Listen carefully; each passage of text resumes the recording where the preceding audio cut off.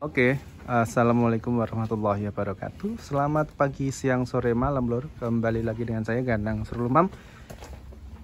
Masih ingat video saya yang pedet Belgian Blue ini? Kemarin saya rekam itu umur 2 bulan lebih. Sekarang sudah mau jalan umur 4 bulan, ya. Nah, itu di rumahnya Pak Sorat. Kita lihat dulu pedetnya perkembangannya, karena dari sekian ekor sapi yang saya IB Belgian Blue, memang ini yang paling bagus untuk perkembangannya. Karena air susunya tadi. Nah, ceritanya saya tadi kesini itu nge-IB ini sama yang sana. Nah, yang sana kata beliau kemarin pas beli bunting itu juga Belgian Blue, tapi ternyata perkembangannya tidak seperti Belgian Blue dan tidak mencerminkan Belgian Blue ya. Akhirnya ya mungkin aja bukan Belgian Blue. Terus untuk yang ini memang dulu saya IB Belgian Blue itu. Nah, lihat toh pantatnya. Oh, toh. Itu ada garisnya toh, sudah ada garisnya toh, lihat toh. Nah, udah ada garisnya. Sebenarnya besar ini, cuma sapi ini itu agak kesitan, jadi saya nggak berani masuk dulu. Tadi habis ke plese, jadi saya lihat dari belakang. Loh, kelihatan pantatnya itu loh. Pantatnya tuh ada garisnya itu loh, ya kan? Garisnya itu ada yang di sini, tengah, sama paling belakang. Nyenul banget. Yang atasnya juga istimewa. Ini TB kurang lebih mungkin hampir 65 cm, karena tadi saya napun apa 70 cm-an. Coba kita deketin lagi, mungkin aja sudah agak jinak. Oke, diikat atas bawah. Tak buka Pak nggih, Ahmed Pak nggih.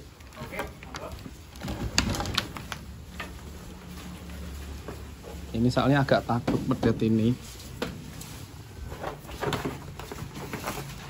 Saya tinggi 170, ini sepusar saya kurang lebihnya no.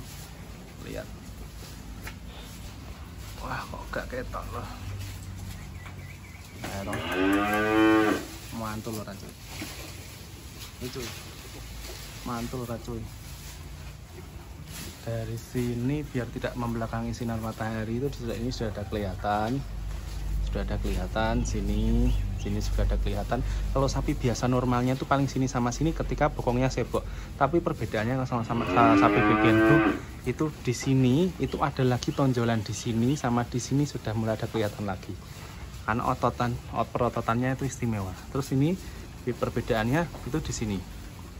Nah, nyenul ini ada garisnya, agak nyenul gini, ada nyenulnya gini, terus ada nyenulnya gini, istimewa. Mungkin karena kamera saya yang kurang begitu jelas, makanya jadi agak kurang istimewa.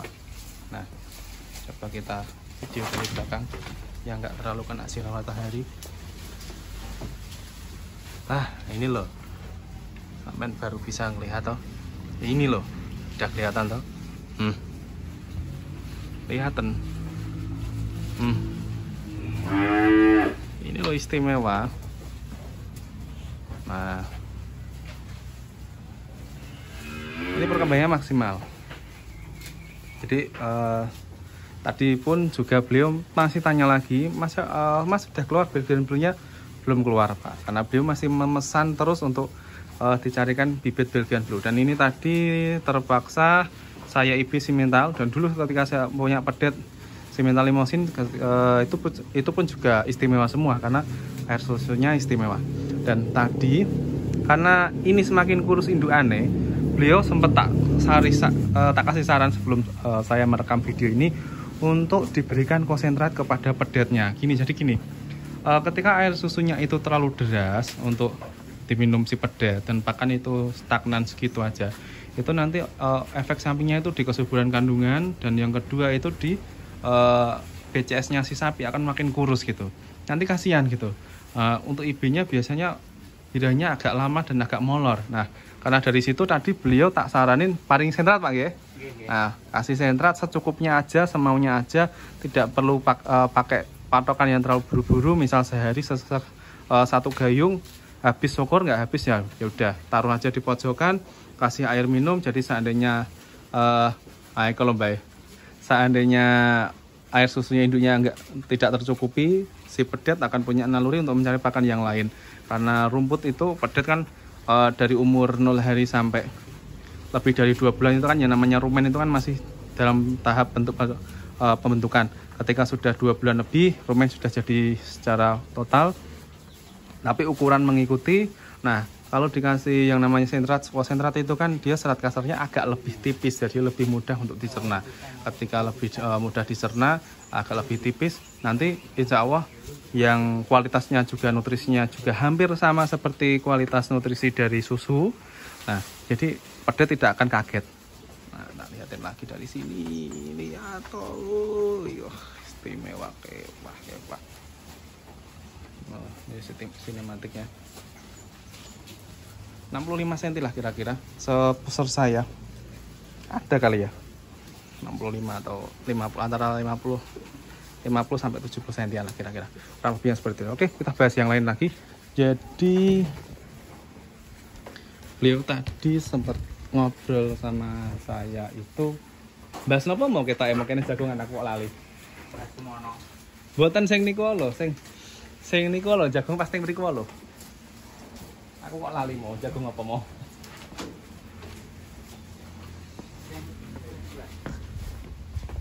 Jangan taleni malih, Pak. Oke. Jadi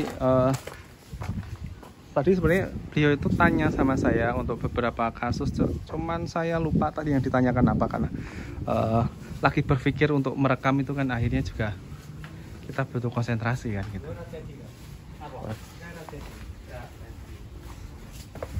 Pripun bae? Iki ngono, Mas, dados. Dene kan nembe bakdo disuntik are. Oh. Pengenane mboten dadi, terus kula suntik kawin malih. Nggih. Lah kula mboten dados. Eleh dereng rezeki Mbah, disabari. Mangke nek wis wayahe dadi nggih dadi. Pengenane sing niki nggih suntik kupang kaping nggih ngoten. Sing tengah nggih alhamdulillah nggih sing niku nggih ping pinten nek kok? Ping pinten Pak sing tengah iku, Pak? Kalih.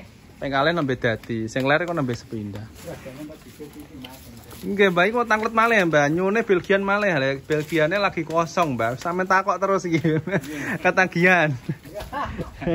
Oke, gitu. Artinya gini. Tadi sebenarnya kita mau lagi ngebahas apa? Beliau sama-sama lupa, saya juga lupa dibahas, dipertanyakan.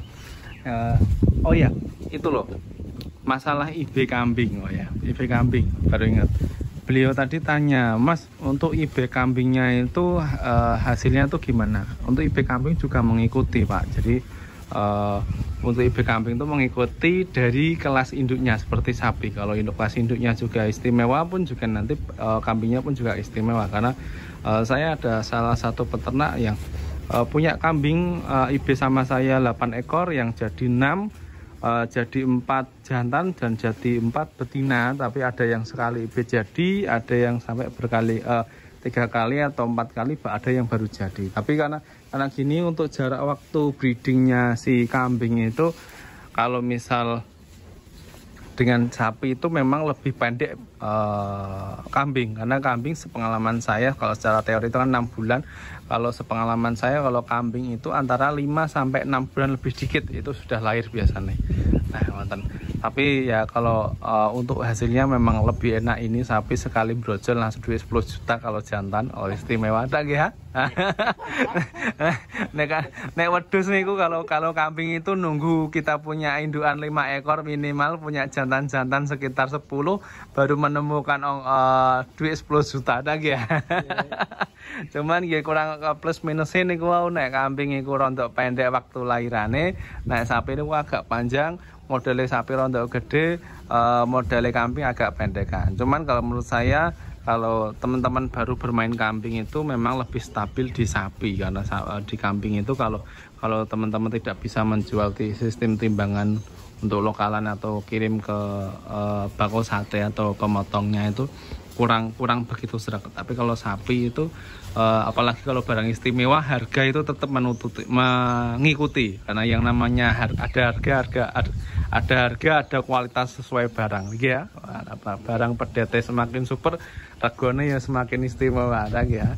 Oke, gitu aja. Terima kasih teman-teman, semoga bermanfaat.